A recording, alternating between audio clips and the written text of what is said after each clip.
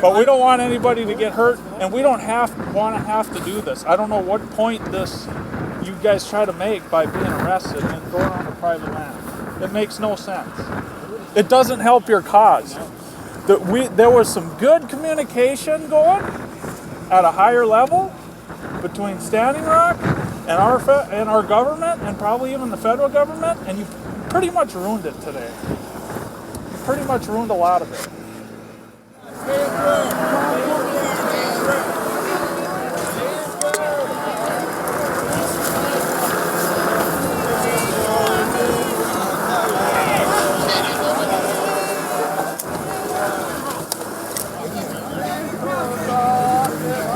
Why'd you resist? Oh, hey, my brothers!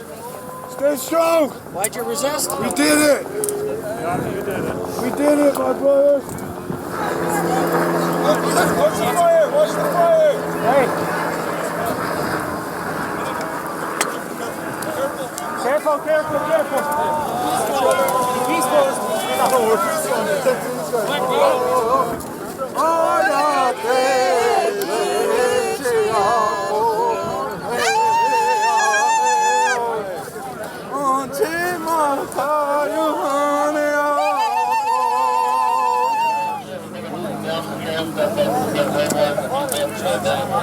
There's a fire, you can go there. We got another one page here, we'll send it off. We're going to transport them back to a bigger box and then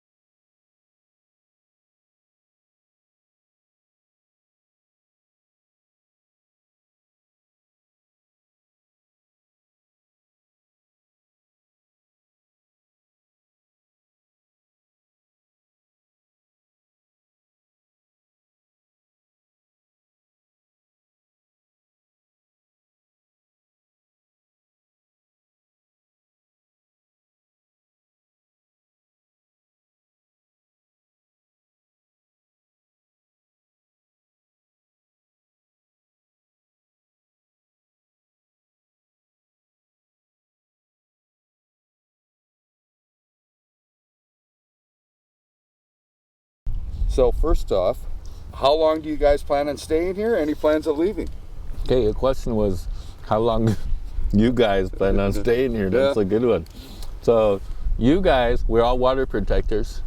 The water protectors vary in contingency, meaning there's the Standing Rock Sioux Tribe, there's the Great Sioux Nation that is the 7 council fires, there's other IRA government or tribal entities that have lended support here with the flags, and they're concerned even about their environment and big business, you know, like always stepping on us, and even the major population. So there's also environmentalists here.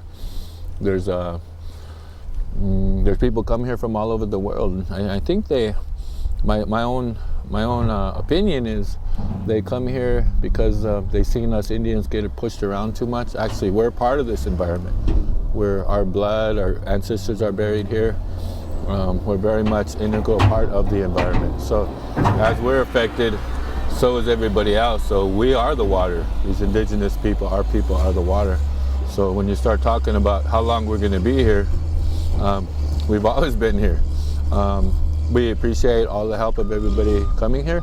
By we, I mean me as an Indian person. I'm from Fort Belknap, Montana, and Fort Belknap, Montana was actually important as far as water rights go with the Winner's Doctrine. In 1908, there was a court case having to do with water rights and uses, and then part of that court case had to do with prior use. And of course, if you know who was here first, prior use goes towards the Indians. So we not only own land according to Treaty of the Great Sioux Nation, we also own the riverbed. Okay. According to treaty. It's just whether it's recognized or not. Are you trying to recruit more people at this time? About recruiting more people, I don't even know if they were recruited before. There was just a call that we were doing something, and a lot of people came on their own volition. So recruiting, I think right now you're in a camp that's being we're taking it apart because of a possible flood that would come through. And that's also been a part of that. That's a natural occurrence here. And then so we was asked by the Standing Rock Sioux tribe, including the chairman, to maybe come back in the springtime and pay attention to what the natural environment does, Okay. Listen to the spiritual, or the earth. The earth moves and the water rises, and we need to be ready, because right now it's taking us a while to move. So does that mean there's some people here that only see the fact that we were asked to leave, but we wasn't asked to leave permanently, just for the condition of the land with the water. So with that said, there are people that are going to stay here in this little plot of land irregardless. There's several camps here. There's this Oceti-Shakowin camp, which has been renamed to Oceti-Oyate, and there's several spokespeople, one of them being Chase Iron Eyes. He's a great voice, and he's doing a lot of great work. And then there's Dave Archambault, the chairman of the tribe. There has also been our spiritual leader, Orville Looking Horse, and they all have a voice, and they stated their claim on what we should do, and it varies. And then there's also a lot of non-Indians here. And I don't know who their unified voice is, but they're here. A lot of them are rogue, and I hope that I kind of wish that they would have a unified voice. But there's in this camp, they're at least 60% of our camp. So the world is coming here. And what's your next question? So what I'm hearing from you is that maybe quite a few of you might leave before spring, but a few are staying, and then you may return. What you're asking is if we're leaving. Okay. There's a camp across the river. There's a Rosebud camp that's moving to higher ground. They're not leaving. They're just leaving that little place and moving half a mile away. The movement the movement is staying. We might just go to the next block, over, or go to the next couple acres over, so that we're not in a floodplain, or we're not on private land owned by non-Indians, and then maybe we're on private land owned by Indians, and we're not asked to leave without somebody's permission to be there. Okay. But we're going to be here. Move the camera for or the people are going to be here. Yeah.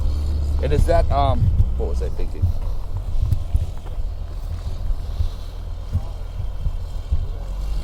So I guess how committed are you to this cause? We're all committed. We've lived our life committed to the cause, most Indian people. It's just varying degrees of how much we believe in prayer and how much we believe in physical action. I grew up Christian on the Indian reservation, and sometimes they say, Christians say faith without works is dead. So this happens to be the works of people that are committed to a cause. And yes, we believe in prayer, that prayer works, but some people believe they need to be physically here, but we have relatives that are here even when we're not here. When we're here, when I'm here, I'm representing my family. I'm representing my tribe where I grew up in Fort Belknap, Montana. So I need to conduct myself so. And I'm representing where I'm enrolled to also is Lake Traverse Sioux or Sisseton-Wahpeton people. So how committed we are, very committed, and there's just different degrees of how we're going to show that commitment. I think some people would want to know, do you think this thing could turn violent? Even if somebody gets hurt physically, violence is how you respond. So I would hope that our Indian people, if you know our history, we have never become violent the way they think. We agreed to treaties. We upheld our original instructions. We've always held true. We're not the ones that broke the treaty. In a violent nature, they have broken their treaties. Actually, just a little bit ago, yesterday, we had a contingent of people that went on top of a hill, which was deemed private land by some non-Indians, and apparently the state of North Dakota deemed it to be, but we recognize this land as being part of the Great Sioux Nation, whether they recognize it or not. So the violence in there, some of us made an agreement they got arrested, and they also made an agreement that we would be allowed to take down the teepee poles. Okay. But before we were up there to do that, some of the DAPL workers came in and took them down and burned them. Oh, okay. So if you see any violence happening there, it's on the DAPL workers. If you see any violence happening here, we don't have armored trucks. We're unarmed. So it's already became violent, but to what degree, It's already violent. They've already misused their authority, and they're even investing in their violence. They're investing in infrastructure. I'm sure some of these county police forces didn't have armored vehicles before this was set in place. They probably asked for loans from Homeland Security and deemed us as being some kind of terrorist organizations. So violence is already happening because of their disregard for our prayer. Okay. I don't know. Anything else you want to say to people I should be saying? It's your show. Well, I guess I would hope that nobody ever thinks that this is for naught. The victory, we're not a victim. I wish the portrayal of us would be less oriented towards being a victim and being victors, because as long as we stay true to our ethics and our moral stance and our social cause, then we are victors, because we're standing for something proud and true and with much integrity. I think if we start doing things that so many people call violent, whether it's in our language or whether it's in our actions, we have not done that.